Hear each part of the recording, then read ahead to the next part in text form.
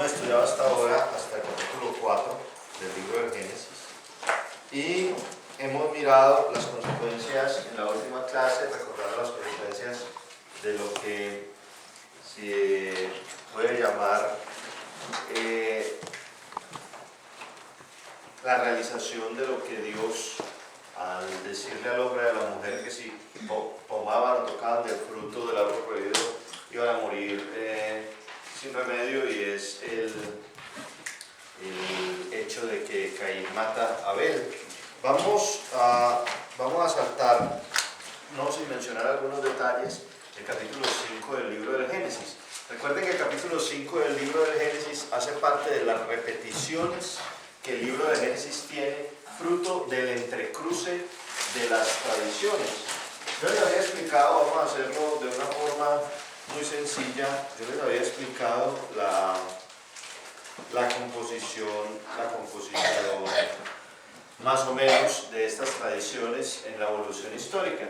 Voy a recordárselas para que entendamos por qué en este capítulo 5 aparece para nosotros incluso una nueva creación, muy pequeñita, un nuevo relato de la creación del hombre y de la mujer, muy pequeñita. Recuerden que, por lo menos en los primeros 5 libros de la Biblia, a ver, María, usted que le gustan estas cosas así de memoria, ¿cuáles son los 5 primeros libros de la Biblia? Génesis, el Éxodo, Levítico, Números y Deuteronomio. Recuerden, yo ya lo había explicado, esto es un repaso para que no vayan a decir, padre, ¿y por qué volvieron a poner la creación ahí? Porque ahí sí pues tenemos que volver a empezar, y recuerden que llevamos como primero haciendo esto, no volver a empezar. Esto es llamado Pentateuco, pero en las tradiciones que contienen el Pentateuco, algunos estudiosos incluyen Josué y algunos el libro de los jueces. ¿Listo? La mayoría de los estudiosos de la Biblia, y de los estudiosos serios, no importa si son protestantes, no importa si son protestantes. Miren, hay una diferencia entre los protestantes y los protestantes. Los protestantes son los que nos tocan la puerta y nos dicen que sabemos cómo se llama Dios. Esos están locos, a eso no hay que creerle. Esa gente no sabe ni dónde está parado. En estos días tuve una discusión con un protestante, pero de los que son protestantes, o sea, de los que en el cerebro no tienen nada, no tienen sino humo. Porque fuman mucho, yo no sé qué es lo que le pasa, pero tienen sino humo. No, que el nombre de Dios es Jehová, lo que preguntó la última vez Serafín en la reunión. Yo le dije, si el nombre de Dios es Jehová, ¿por qué ustedes dicen aleluya? ¿Cierto? Los protestantes viven en la Jumping Church, dicen aleluya, aleluya. Aleluya es una palabra hebrea que proviene obviamente del hebreo. Hallel-u-shah significa alabanza a Yahvé. No dice Yahvé, dice Yah. Si fuera Jehová, se debería decir aleluya, ¿sí o no? Sí. No se debería decir aleluya, sino aleluya.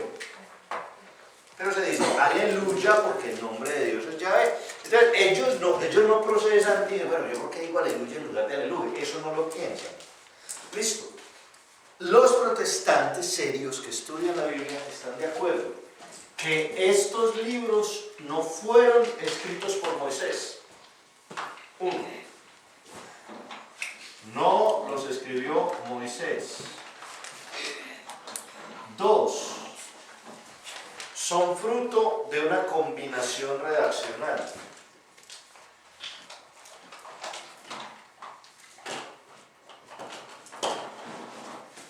Son fruto de una combinación redaccional. 3, tienen su origen en tradiciones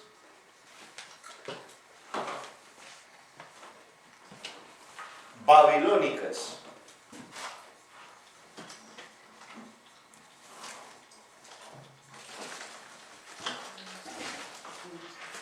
Y 4, conforman un conjunto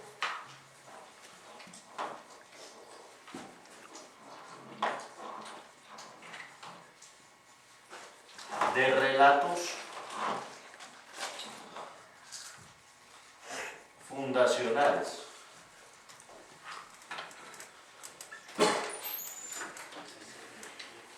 conforman un conjunto de relatos relacionales.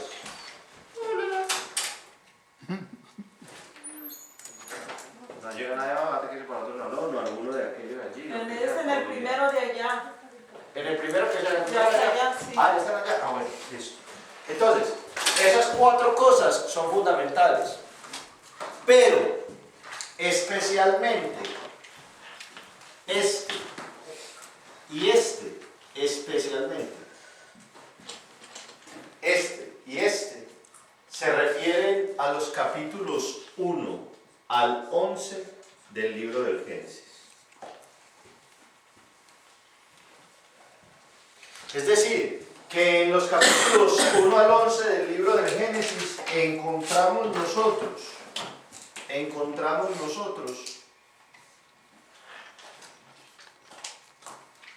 relatos fundacionales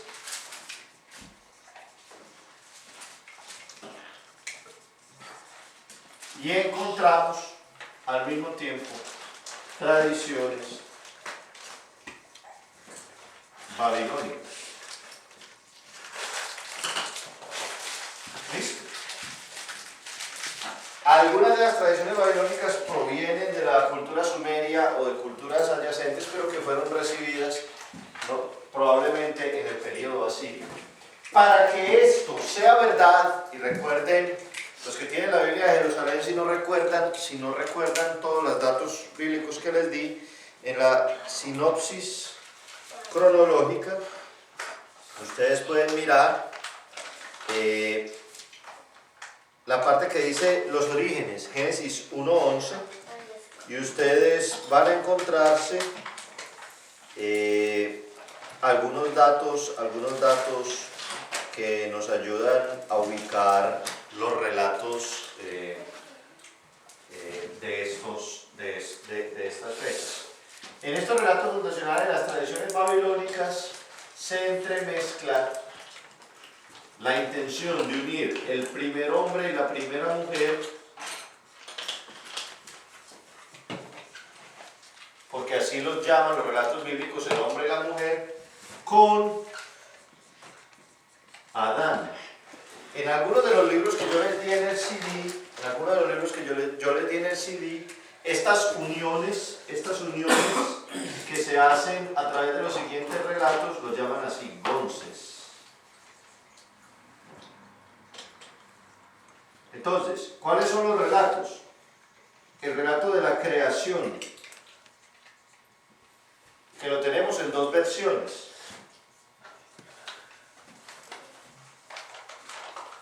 Listo, está el relato de la creación. Está el relato del pecado. Está el relato de Caín y Abel. Que estos dos relatos están unidos. Este es consecuencia de este. Está el relato del diluvio. Está el relato de la torre de Babel. Estos relatos son los que hemos venido siguiendo en la clase. Son los relatos que después, redaccionalmente, cuando escribieron y terminaron de escribir la totalidad del conjunto de los libros del Pentateuco, pues quedaron unidos a través de la redacción. ¿Cuándo terminó el Pentateuco de ser escrito? De acuerdo a los estudios, estamos hablando del siglo V antes de la era común, o ustedes lo van a encontrar en algunos libros ya de tinte católico antes de Cristo. ¿Eso qué significa? Que estos relatos vienen desde hace mucho tiempo. Algunos extractos, incluso del diluvio, provienen del siglo XIX, siglo XX, antes de la era común o antes de Cristo. Pero los textos todos completos se terminaron de escribir, y estamos hablando de estos relatos típicos hacia el siglo V antes de Cristo. Algunas cosas todavía se retocaron en el siglo IV y en el Antiguo Testamento solamente fue terminado de escribir. Estoy hablando no solamente de la Torá, sino de Ketuvim y Neviim, o sea, la ley, los escritos de los profetas se terminaron de escribir en el siglo segundo antes de Cristo. Es decir, que la Biblia, como nosotros la tenemos, es un recorrido, más o menos, de 18 siglos, el Antiguo Testamento. Listo. Eso se lo resumí, todo esto es un resumen de todas las fechas que les di, 18 siglos de fechas. Entonces, hemos terminado de hacer este relato y hemos terminado de conectar este relato con la antropología teológica.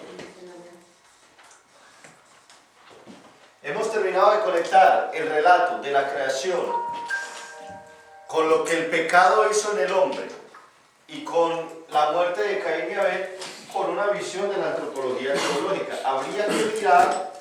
Habría que mirar después si se podría hacer un curso en el que profundicemos la antropología. Pero lo que la Iglesia piensa sobre la creación del hombre, sobre la creación del mundo y sobre lo que el pecado hizo en el hombre y en el mundo, está resumido en ese pequeño, digámosle, uso de 2 sábados con respecto a la antropología teológica, cuando les hablé del alma, del espíritu, del cuerpo, cuando les hablé de cómo Dios creó al hombre, de los dones preternaturales, de lo que se perdió en el pecado y de las consecuencias del pecado activo ya en los hijos de Adán, que termina siendo como consecuencia en el relato la muerte entre 2 hermanos, la muerte fratricida. En estos días, pues muy interrogado por la nueva película que sacaron sobre el relato bíblico, que sacaron una película de Hollywood sobre Noé, que es nueva, la protagonista, el que protagonizó Gladiador. A mí me parece que si ustedes van a ver esa película, tienen que olvidarse del relato bíblico, porque no son exactos al relato bíblico. Hicieron una película con unos gigantes como de piedra, que eran unos ángeles que cayeron del cielo y Dios los castigó y los volvió como unos monstruos de piedra. Una cosa muy rara ahí. La Biblia dice, ahorita vamos a adentrarnos en este relato, que es el que nos interesa. Vamos a pasar por el capítulo 5 y vamos a pasar al 6, que es donde está el diluvio.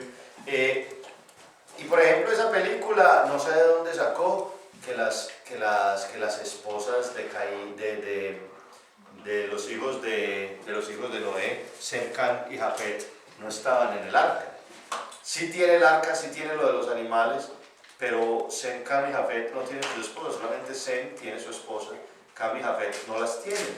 O sea, muchas veces pues es un intento de llevar a la gente a las salas de cine y que se interesen por el relato, pero a veces no es muy fiel. Si alguno de ustedes va a ir a ver la película, que no les digo que no la vean, les digo eso sí, que se lean primero el capítulo 6 y el 7 si quieren, y si quieren se leen el 5 para empezar desde antes del libro de Génesis, para que puedan comparar lo que Hollywood hizo con lo que el relato bíblico dice. Porque el relato bíblico está calcado sobre una tradición babilónica y ellos se han inclinado en algunos detalles por la tradición babilónica y en algunos otros detalles por la tradición bíblica, pero no necesariamente siguen exactamente la Biblia. Sí usan el nombre de Noé, pero algunas cosas son como el relato del arca de Noé, otras no. La película es muy interesante, por lo menos han decidido hacer una película de Hollywood con respecto a lo de la Biblia, pero no son precisamente fieles únicamente al relato bíblico. Si ustedes se preguntan por qué no son fieles al relato bíblico, es porque han utilizado otros relatos. Ahorita los vamos a mirar. Entonces, como estas tradiciones orales se han estudiado de la siguiente manera. Tenemos una tradición que la llaman laica, o lo que se llama la tradición primitiva. Esa tradición es la primera tradición oral que llegó a Israel, no estaba escrita todavía, no hace parte de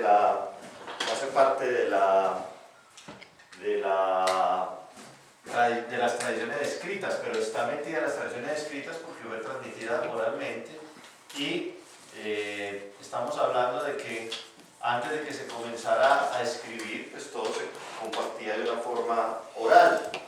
Hacia el siglo X empieza a escribirse en las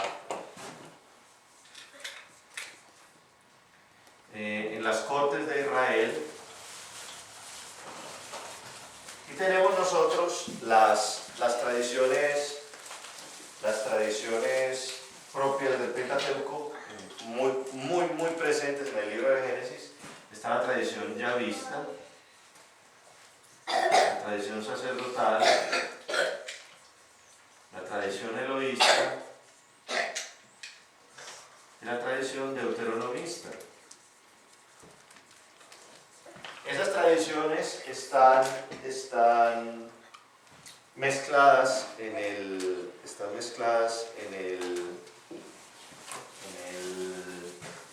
Pentateuco, pero especialmente muy vivas en el libro del Génesis.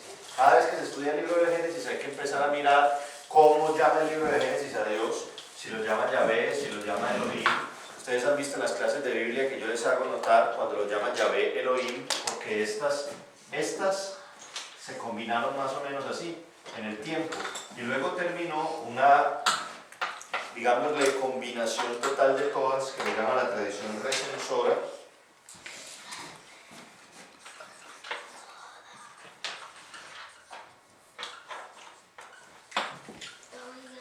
que hacia el siglo IV antes de Cristo terminó de juntarlo todo en estos 5 libros. Estos 5 libros tienen unas bisagras, unos lonces. Ustedes han visto que las puertas abren porque tienen bisagras. Las bisagras las sostienen para que hagan así. Este capítulo 5 del libro del Génesis que vamos a mirar es una conexión que se hace entre el relato de la muerte de Caín y Abel y con el relato que sigue. Y ustedes van a ver que es muy artificial, porque apenas termina, vuelve a empezar con la creación del hombre como modo de recordar y hace la conexión con el relato del diluvio. Eso hace parte del trabajo redaccional, que en algunas partes juntó la tradición yavista con la eloísta y en otras partes unió la tradición sacerdotal con la tradición deuteronomista, y que al final junto a todas las tradiciones. A veces hay uniones de la yavista con la eloísta o con la sacerdotal, y así al contrario, se van juntando. El asunto es que 18 siglos de estar escribiendo tienen que llevar a que muchas cosas se contrapongan y se junten. Muy bien, ¿qué dice el capítulo 5 del libro de Génesis?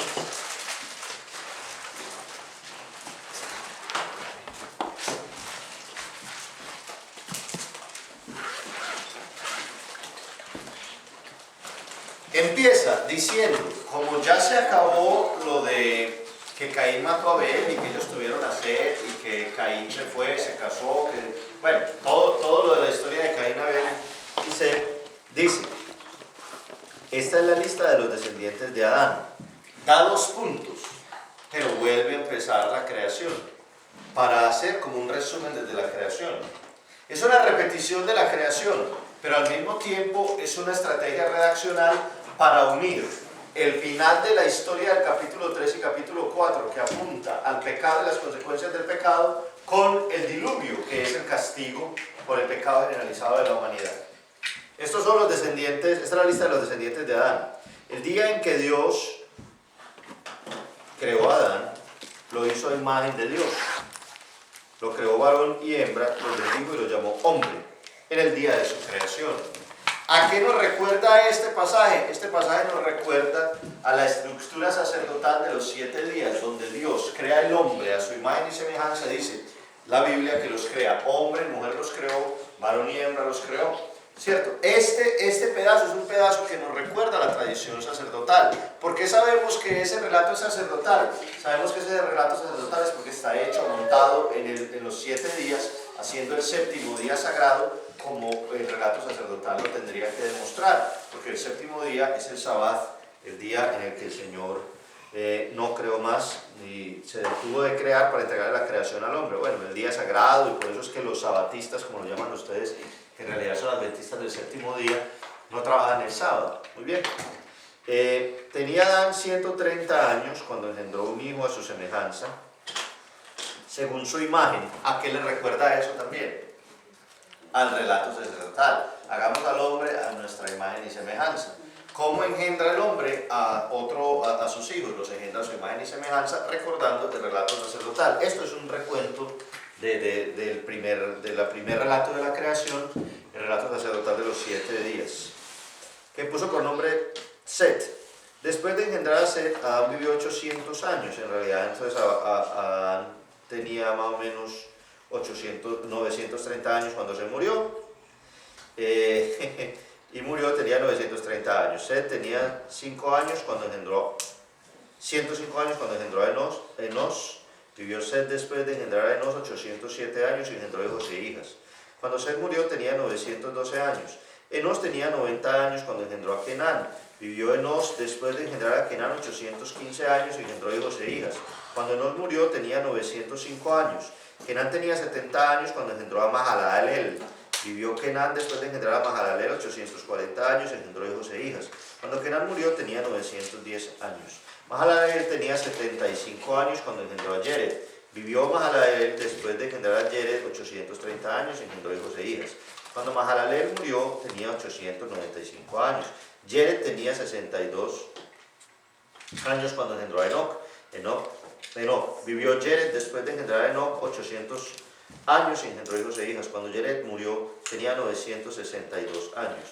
Enoc tenía 65 años cuando engendró a Matusalén.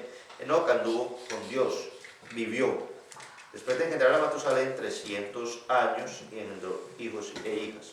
Cuando Enoc murió tenía 365 años. Enoc anduvo con Dios y desapareció porque Dios se lo llevó. Recuerden que se los había dicho en la pequeña clasecita del recuento bíblico que doy en la misa. Esta es la primera persona que en la Biblia Dios se lleva. Enoc no es el profeta, no es Elías.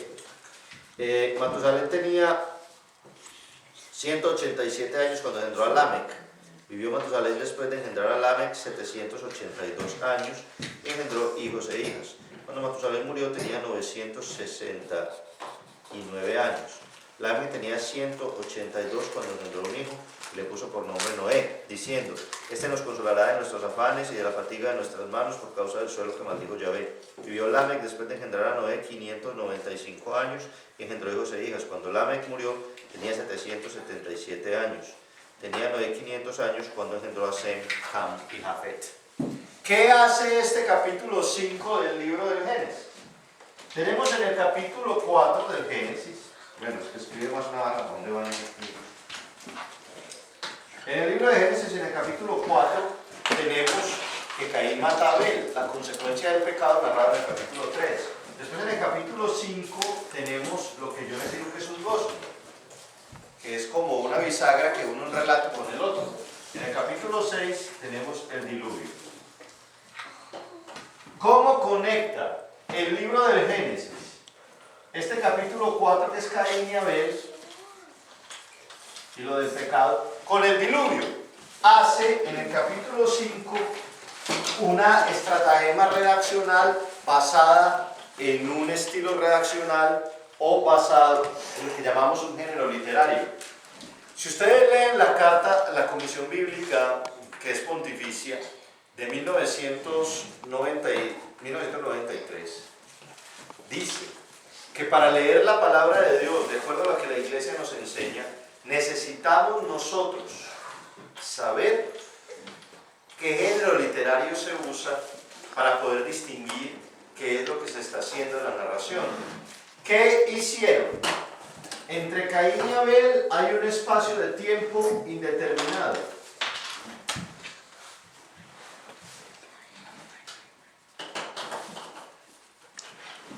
Este relato del diluvio se conocía por tradición sumeria, por tradición babilónica. Y para decirles la verdad, el relato del diluvio está en todas las civilizaciones antiguas, incluso más antiguas que Israel.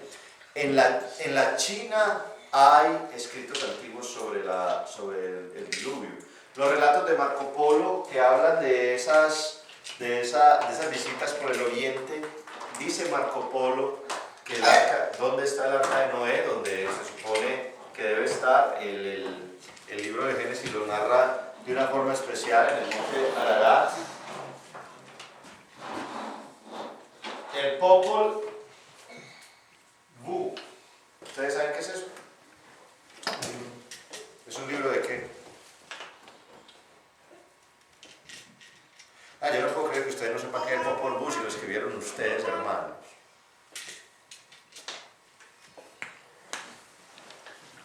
Bueno, este es un libro que yo también me leí. Me parece extraño que ustedes no sepan. Cuando vinieron los españoles a la Mesoamérica, es decir, a Centroamérica. Exacto. A ustedes se lo deben haber enseñado. Si no le enseñaron, sus profesores son muy raros. ¿Sí me entienden? El Popol Vuh es un libro que se rescató de los indígenas de Mesoamérica. Tiene la mitología de la creación del hombre por los dioses aztecas y mayas, y habla también del diluvio. Un sacerdote que tuve la oportunidad de que fuera mi director espiritual estudió la mitología de los indios huitotos del Amazonas, y en los indios huitotos del Amazonas también hay un diluvio. El único problema es que el agua cayó caliente, pero es un diluvio, y de todas maneras, es un diluvio de todas maneras. Las tradiciones más antiguas no solamente hablan de un diluvio, sino que sus relatos son muy parecidos. Cuando varias tradiciones del mundo, de distintas partes del mundo, tienen un mismo tema que se refleja y se escribe en distintos momentos de la historia y se conserva de una forma continua, y uno puede encontrarle esas relaciones a los distintos relatos de distintas culturas, eso no se llama mito, se llama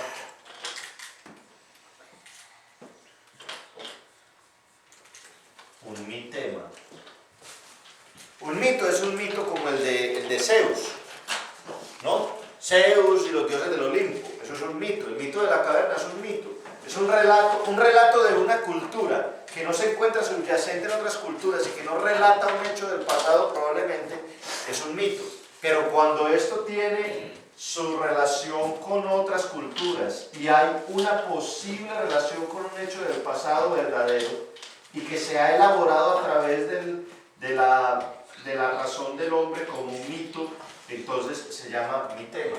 ¿Qué hicieron en este capítulo quinto? Utilizaron un método reaccional o una forma de escribir llamado genealogía.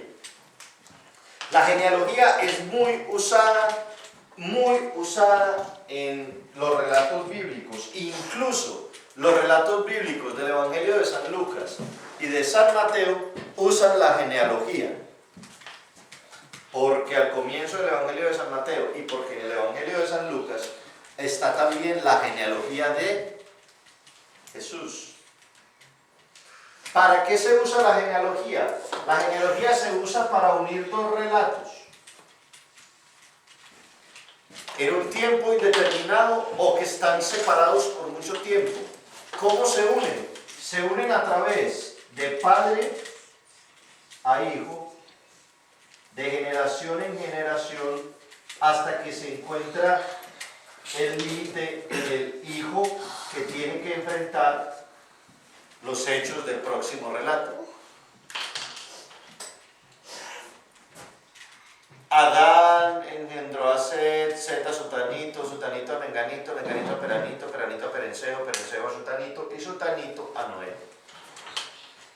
¿Para qué se usa la genealogía? El Génesis está lleno de genealogías. No les recomiendo leer el libro de los números, es más aburrido que uno horrible, pero bueno, si quieren leer genealogías, péguele.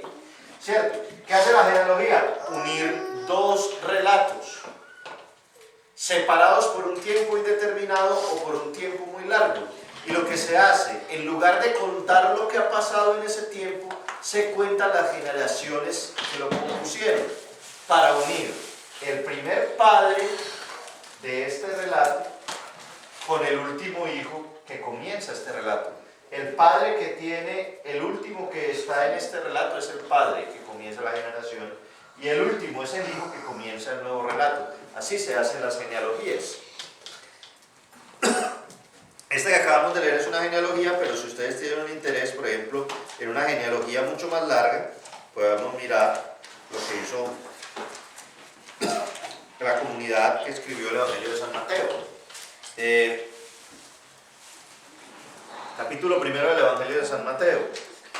Este viene desde Abraham. ¿Qué une? Une a Abraham, que es el padre, con Jesús, que es el hijo que une el nuevo relato. Es lo mismo que sucede. Abraham engendró a Isaac, Isaac a Jacob, Jacob engendró a Judá y a sus hermanos. Judá engendró a Tamar, de Tamar a Farés, y Farés a Sará. Farés engendró a Esrón, Esrón engendró a Arán, Arán engendró a Aminadab, Aminadab engendró a Naasón. Naasón engendró a Salmón, Salmón engendró de Rahab a Booz. Booz engendró de Ruth a Obed, Obed engendró a Jesé, Jesé engendró al rey David. David engendró de la mujer de Urías a Salomón, Salomón engendró a Roboam, Roboam a Abía, Abía engendró a Asaf, Asaf engendró a Josafat, Josafat engendró a Joram, Joram engendró a Osías, Osías engendró a Joatán, Joatán engendró a Acaz, Acaz engendró a Ezequías, Ezequías engendró a Manasés, Manasés engendró a Amón, Amón engendró a Josías, Josías engendró a Jeconías y a sus hermanos. Cuando la deportación de Babilonia, después de la deportación de Babilonia, Jeconías engendró a Salatiel, Salatiel engendró a Zorobabel, Zorobabel a Abiud, Abiud engendró a Eliakim, Eliakim engendró a Azor, Azor engendró a Sadoc, Sadoc engendró a Agin, Agin engendró a Eliud, Eliud engendró a Eleazar, Eleazar engendró a Matán, Matán engendró a Jacob, Jacob engendró a José, el esposo de María, de la que nació Jesús, llamado Cristo. Punto. Un género de genealogía. ¿Qué unió eso? Unió el capítulo 11 del libro de Génesis en el Bronce Medio, en 1850 a.C., con Jesús 18 siglos después. No contó toda la historia de esos 18 siglos porque hubiera tenido que volver a contar toda la Biblia. Entonces, ¿qué hizo? Para evitarse contar todos los relatos, en vez de contar lo que pasó aquí, contó las generaciones que se demoraron para llegar aquí. ¿Qué es más rápido? Eso. ¿Qué implica decir esto? Que las personas que lo leen conocen el recorrido de la historia de aquí. ¿Qué le pasa a la mayoría de la gente que lee la Biblia? La mayoría de la gente que lee la Biblia ni sabe esto, ni sabe esto. Lo que se sabe es 3 números. Y quieren asustar al resto del mundo para que digan que saben mucho con esos 3 números. A ver, si sabe tanto, dígame qué dice Génesis 4, del 5 al 7. Es uno. Él sí sabe esos 3 versículos, pero uno no. Entonces, por ejemplo, cuando llega un protestante y le toca a uno la puerta, y le dispara 3 cosas de esas, uno se asusta porque no sabe qué dice. Pero en realidad él tampoco sabe qué dice. La última vez que yo estuve en una de las casas de la parroquia, me invitaron a hacer oración un día a una casa, y en esa casa vivían unos adventistas. Ellos tenían unas dudas sobre la Biblia, a los 2 días volví. Estuve hablando con ellos 5 horas de Biblia. Llegué a las 10 de la mañana, salí casi a las 3 de la tarde. 5 horas hablándole de Biblia. Ejemplo sencillo para que ustedes entiendan. Ellos no se saben sino una cita. Entonces me dijeron, por ejemplo, padre, ¿por qué ustedes bautizan niños si en los Hechos de los Apóstoles dice que hay que convertirse para bautizarse? Eso es el Hechos de los Apóstoles los Hechos de los Apóstoles en el capítulo 2, el discurso de Pedro. Que cuando Pedro sale a hablar, todos los apóstoles reciben el Espíritu Santo, Pedro sale a hablar, y le habla a toda la multitud que había ahí, que había partos, medos, elamitas, gente del Ponto, de Egipto, de Sirene, de Siria, de todas partes. Esa gente, después de oír a Pedro, cerca de 3.000 personas se bautizaron. Pero el discurso de Pedro los invitaba a la conversión primero. Entonces me dijeron, pero ¿por qué yo convertir un niño? Y yo le dije, mire, ¿a quién le estaba hablando Pedro? ¿Pedro le estaba hablando a niños? No le estaba hablando a niños, Pedro le estaba hablando a adultos. Ahí había un montón de gente, pero una celebración judía, la celebración judía de Pentecostés. Ahí en Jerusalén estaban gente adulta que tenía que convertirse. En la iglesia nosotros no tomamos un texto, decimos, Hechos de los Apóstoles, así es. porque así no es, ¿cierto? Lo mismo sucede cuando se hacen este tipo de realizaciones reaccionales en la Biblia. No se puede tomar así a la ligera. Cuando usted lee el capítulo 5 del libro del Génesis, se tiene que acordar del capítulo 1 del libro del Génesis, se tiene que acordar del capítulo 2 del libro del Génesis. Y como estamos hablando de los hijos de Set, no estamos hablando de los hijos de Caín, ni Tubal-Caín, ni ningún otro animalito del monte de esos que vienen de la descendencia de Caín, sino la descendencia de Set. Además, que en la narración del capítulo 5 hablan de una cosa muy importante. Los primeros hijos no caminaron con Dios ni vivieron, pero los últimos, de los cuales salió Noé, que es el que va a ser el héroe epónimo de esta historia, es decir, el héroe que Dios escogió de esas cosas, ese y sus padres sí caminaron con Dios y vivieron. ¿Cuál es el detalle fundamental de ese capítulo 5? Estamos viendo un ejercicio de género literario de genealogía en el que se introduce un código moral y teológico relacionado con el pecado. ¿Cuál? El hombre y la mujer no fueron fieles a Dios y tocaron el árbol. ¿Cuál era el castigo siquiera por tocar el árbol? ¿Qué?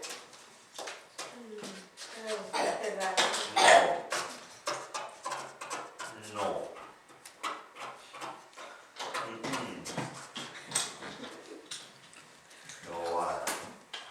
No, me abre la memoria, pues, parce. Cuando Dios le dijo al hombre en el relato que ya hemos hablado, es el relato más antiguo, que es el segundo relato de la creación, el relatico que Serafín sigue pensando que es con manzanitas. Yo le he explicado varias veces que no es con manzanas, pero él sigue pintando manzanas. La gente puede seguir en su error toda la vida, ¿cierto? Dios le dice, no, de este árbol no vas a comer ni lo vas a tocar, porque si lo tocas, morirás sin remedio. ¿Qué dice esta genealogía en el capítulo 5 que nos hace recordar el relato sacerdotal y el relato más primitivo de todos? El relato yavista, que es el segundo relato. Que en este capítulo 5 del libro del Génesis, estos descendientes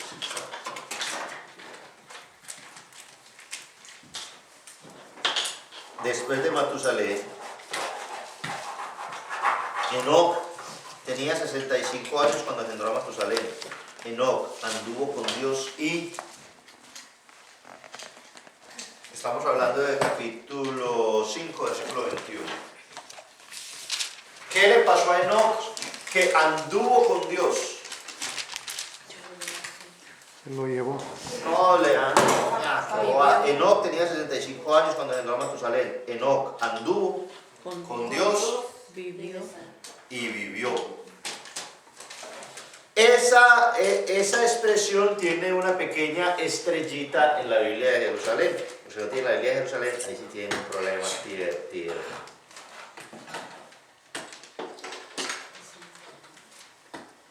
No solamente porque se lo llevó, sino porque aquí en el versículo 22 y en la explicación del versículo 24 dice que no vivió, hace parte de una parte en griego, en la Vulgata, está omitido en el texto hebreo ese espacio que vivió. ¿Qué dice en el 5.24? Dice, Enoc se distingue de los demás patriarcas por varios rasgos. Su vida es más corta, pero alcanza una cifra perfecta. El número de días en un año solar.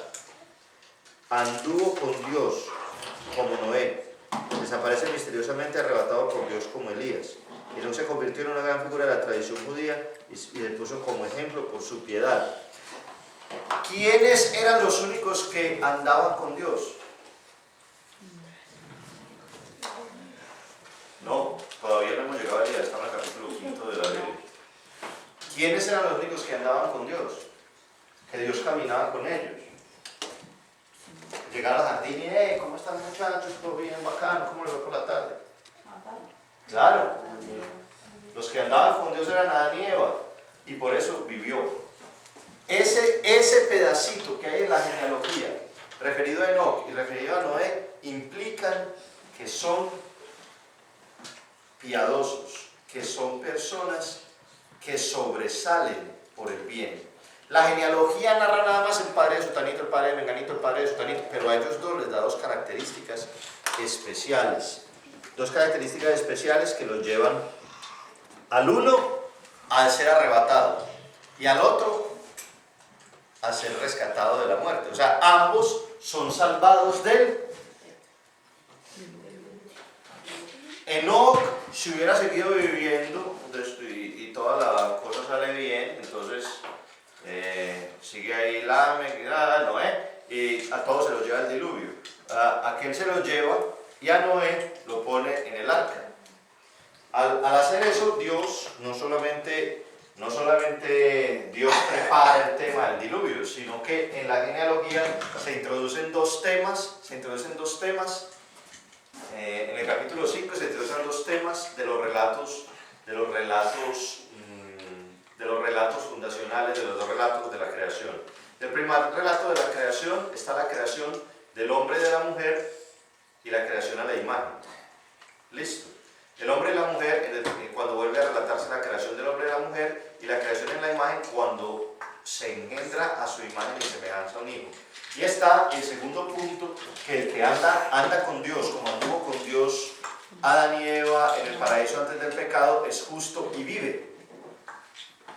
¿Cómo vive? Vive o rescatado de la realidad de la muerte, como fue rescatado Enoc, o vive rescatado del castigo divino por el pecado del hombre en el diluvio, él y su familia. Muy bien. ¿Están entendiendo o no entendieron nada? Yo digo que no entendieron nada. ¿Qué están entendiendo? ¿Sí? ¿No entendieron nada? ¿Sí? ¿No entendí nada? Sí. Ah, bueno. Mario, ¿sí entendiste? ¿O nada? Está bonito. Con historia, hombre. No te estoy diciendo que estamos hablando de tradición bíblica, no de estos hombres de Dios.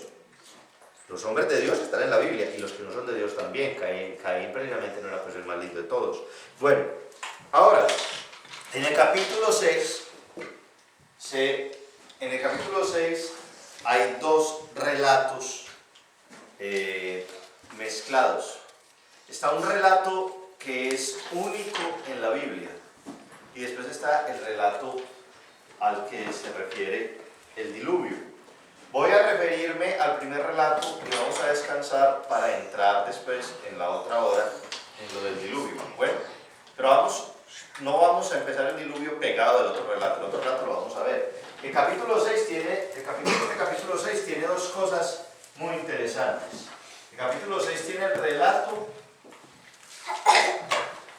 de los hijos de Dios y las hijas de los hombres.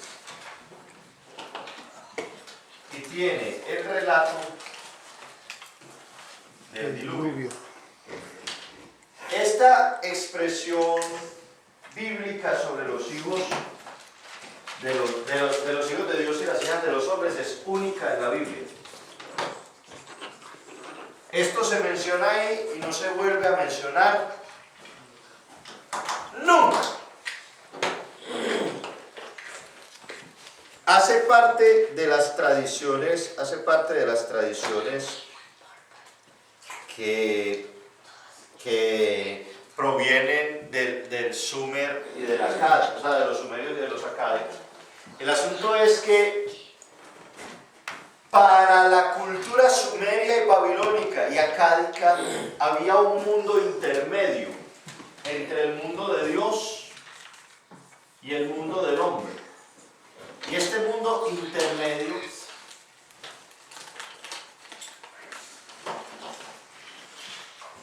intermedio estaba habitado por seres similares a lo que nosotros consideramos hoy ángeles. Pero estamos hablando de que esto es Babilonia, Sumerio y acádico.